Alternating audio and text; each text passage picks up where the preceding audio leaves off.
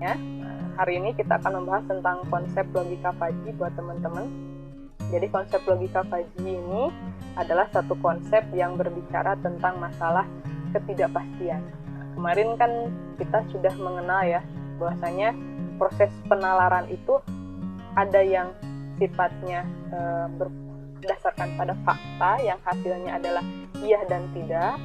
Itu kan seperti backward chaining dan forward chaining, di mana nanti hasilnya adalah ya yes no yes no yes no. Itu ibaratnya boolean, nilainya hanya ada 2 gitu, pilihannya 0 dan 1. Kemudian kan kemarin kita sudah mengenal konsep probabilitas, konsep ketidakpastian. Nah, kita sudah mengenal contohnya ada naive Bayes yang kita melihat suatu ketidakpastian itu berdasarkan suatu peluang, satu kemungkinan kejadian terhadap kejadian yang lain, satu epidem terhadap epidem yang lain. Nah, itu adalah tentang konsep ketidakpastian berdasarkan probabilitas.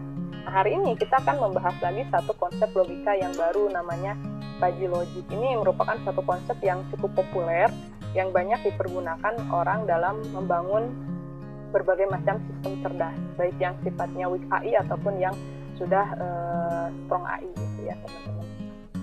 Nah, di sini memang kita akan berbicara tentang masalah informasi yang kurang lengkap, tentang masalah ketidaktepatan, keraguan, suatu yang sifatnya tidak pasti gitu kan.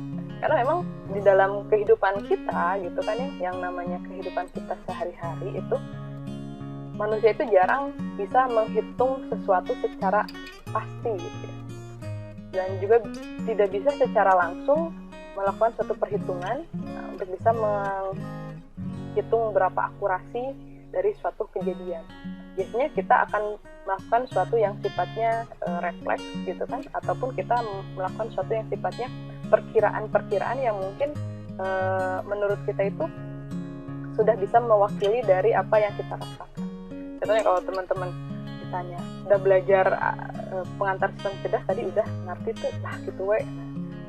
Pada saat kita ditanya oleh teman, ya teman-teman mengerti tidak materi tentang logika fuzzy hari ini? Pasti kan teman-teman jawabannya, ya begitulah, cukuplah. Mungkin ada yang bilang, nah lumayan gitu.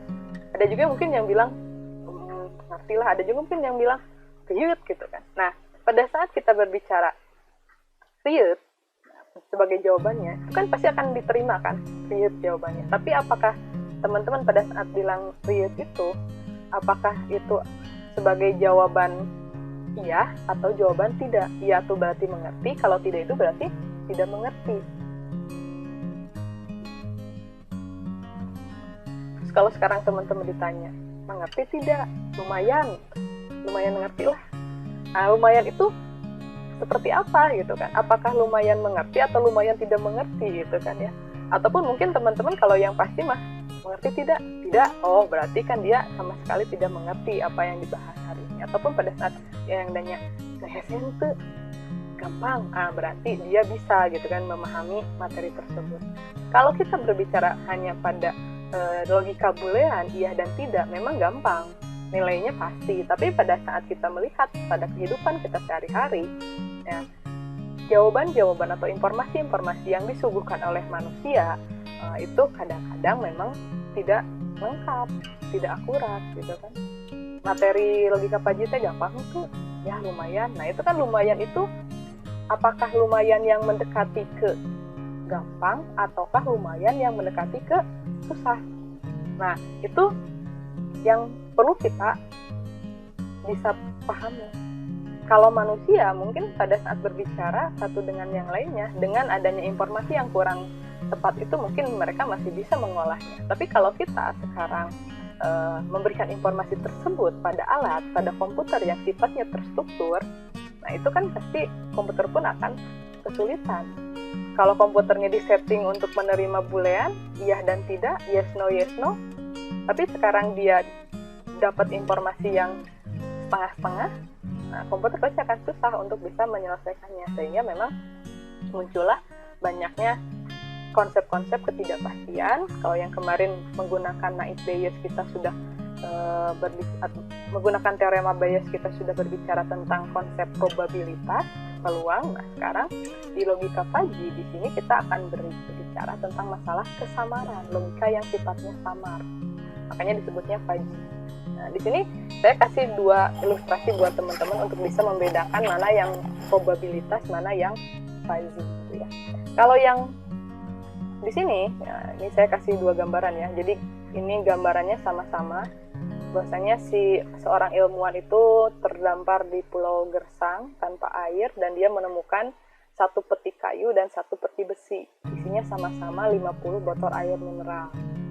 Nah, bedanya kalau yang peti kayu itu ada peringatan bahwasanya 1 dari 50 botol ini itu ada cairan kimia yang bentuk dan rasanya sama dengan air mineral, berarti sama dengan 40 botol yang lainnya, tapi kalau diminum nanti bisa mati. Nah, kalau yang ini di peti besi ini, nah, si cairan kimianya itu dicampurkan ke semua botol tapi tidak merata.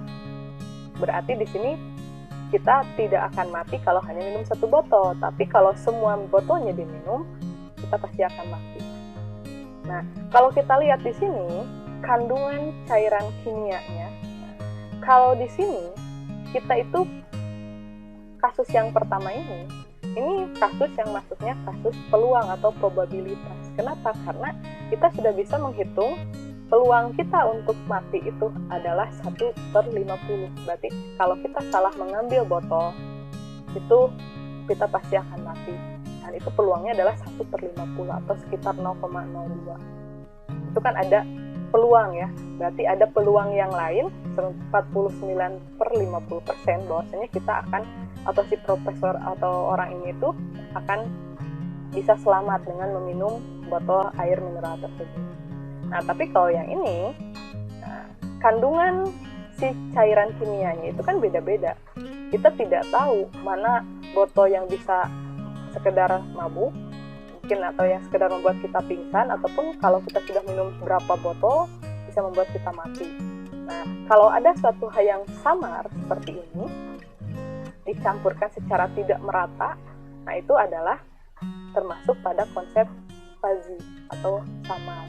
Jadi kalau yang kita punya permasalahan yang sifatnya probabilitas seperti ini, nah teman-teman bisa mengambil teorema Bayes yang kemarin kita pelajari. Tapi kalau seandainya kita menemukan suatu informasi pada suatu kasus yang tidak jelas, tidak pasti, yang lebih menekankan pada bahasa, kayak tadi, gampang tuh materi pengantar sistem cerdas teh, lumayan. Nah, kalau kita berbicara jawabannya lumayan, nah itu masuk pada kasus konsep logika fuzzy. Kenapa? Karena di sana tidak jelas lumayan itu lumayan apa gitu kan ya, lumayan ngerti apa lumayan tidak ngerti. Nah, kalau yang sifatnya samar seperti itu masuk pada konsep logika fuzzy. Seperti itu teman-teman. Jadi kalau kita bisa menghitung secara pasti, itu berarti biasanya masuk ke dalam proses peluang kayak ini. 1/50 itu udah pasti hitungannya berapa persen peluangnya. Nah, itu pasti masuk konsep probabilitas. Langsung aja teman-teman gunakan naik Bayes atau teorema Bayesian network yang kemarin sudah kita pelajari. Tapi kalau kita punya yang lebih samar seperti ini, yang lebih menekankan pada kata, nah itu teman-teman bisa menggunakan konsep fuzzy. Nah, makanya kalau fuzzy itu banyak sekali digunakan. Jadi kalau fuzzy itu kalau kita ditanya udaranya dingin nggak? Nah, kalau kita menggunakan konsep boolean, itu pasti kita akan bilang ya dingin atau tidak dingin. Tapi kalau di fuzzy, dingin nggak hari ini? Enggak lah, lumayan gitu kan. Oh, lumayan tuh berarti dia lumayan yang mendekati ke enggak. Tapi kalau di dingin nggak hari ini? Lumayan, tiris pisan. Oh, berarti dia lumayannya mendekati tiris gitu kan. Ada tiris pisan, sebenarnya ada dingin sekali gitu kan. Ada yang kurang dingin atau cukup dingin. Nah, itulah yang istilahnya ukuran-ukuran yang lebih menekankan pada kualitatif atau pada bahasa, itu bisa diproses menggunakan logikanya logika fuzzy. Karena kalau yang lebih menekankan pada bahasa menggunakan logika boolean, nah itu pasti dia akan kesulitan. Sehingga di sini kalau kita punya ukuran-ukuran yang sifatnya cukup, kurang, sedang, sedikit, itu ukuran-ukuran yang tidak pasti hitungannya, itu berarti teman-teman bisa nanti melakukan suatu develop sistem cerdas menggunakan logika fuzzy. Nah, kita akan lebih lihat lagi, lebih jelas lagi seperti apa logika fuzzy itu. Jadi di sini logika fuzzy ini dia punya yang namanya derajat keanggotaan. Derajat keanggotaan itu nanti akan ada rentang 0 sampai 1. Jadi kalau tadi pada saat ditanya materi logika fuzzy itu gampang atau tidak, berarti rentangnya itu adalah 0-nya tidak, berarti tidak gampang, dan 1-nya itu berarti iya gampang. Nah, tapi si fuzzy ini punya derajat keanggotaan yang sifatnya real. Real itu apa? Berarti di antara 0 dan 1, berarti bakal ada nanti yang sifatnya itu 1/3 gampang, atau 2/3 gampang, atau 1/5 gampang, atau 4/5 gampang. Nah, jadi nanti kita akan punya satu ukuran yang dimana ukurannya itu tidak 0 dan tidak 1, tapi di antara 0 dan di antara 1 tersebut. Sehingga di sini memang logika fuzzy ini cocok sekali dipergunakan untuk sesuatu yang memang diekspresikannya menggunakan bahasa. Seperti, ngebut tidak kamu naik motor hari ini? Ya lumayan lah gitu, lumayan ngebut. Nah lumayan ngebut itu terus juga ya enggak lah, pelan, atau agak cepat, atau cukup cepat, atau sangat cepat. Nah itu kan suatu ukuran-ukuran yang lebih menekankan pada bahasa. Nah sehingga di sini kalau kita punya satu informasi yang dimana ukuran besarannya itu lebih diekspresikan menggunakan bahasa, maka kita bisa masukkan penyelesaian masalahnya tersebut menggunakan logika. Juga nanti kalau seandainya pengolahan nilainya di sini menggunakan batasan seperti sangat, sedikit, kurang lebih, nah itu pun adalah urusan yang digunakan oleh logika fuzzy. Nah sehingga di sini karena logika fuzzy ini bisa masuk pada permasalahan yang sifatnya bias, yang sifatnya samar, sehingga memang komputer yang semulanya tidak bisa mengolah data yang samar ini, dia bisa mengolah data yang tidak pasti, yang sifatnya samar, itu menggunakan fuzzy logic, sehingga dia bisa meniru cara manusia dalam menyelesaikan permasalahan yang sifatnya samar. Nah, jadi di sini makanya tadi dibilang logika fuzzy ini cukup populer dipergunakan oleh banyak orang karena dia bisa membuat komputer bisa mengolah data yang sifatnya sama. Kelebihan-kelebihannya itu konsepnya mudah dipengerti. Nanti akan saya kasih contoh kasus buat teman-teman di belakang. Nah, saya sendiri dalam pelajari logika fuzzy ini memang cukup cepat ya, karena memang mudah dipelajari, banyak contoh. Teman-teman kalau lihat juga searching saja di Google Scholar, itu banyak sekali penelitian-penelitian orang yang menggunakan logika fuzzy. Terus dia sangat fleksibel, punya toleransi terhadap data yang tidak tepat, terus juga dia punya model yang fungsinya non-linier, bisa diimplementasikan pada berbagai macam masalah, terus juga dia didasarkan pada bahasa alami, yaitu tadi yang dimana konsep-konsepnya lebih menekankan pada ukuran besaran yang lebih bahasa gitu ya, cukup, iya, tidak, lumayan gitu kan, yang sifatnya ukurannya kata-kata gitu, bukan ukuran angka. Nah itu di mana kita bisa menggunakan logika fuzzy di sana.